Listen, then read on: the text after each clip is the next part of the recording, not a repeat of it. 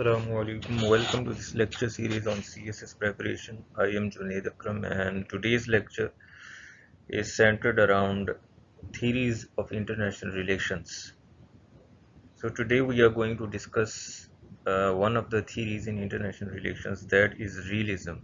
Yes, ladies and gentlemen, realism is our focus today.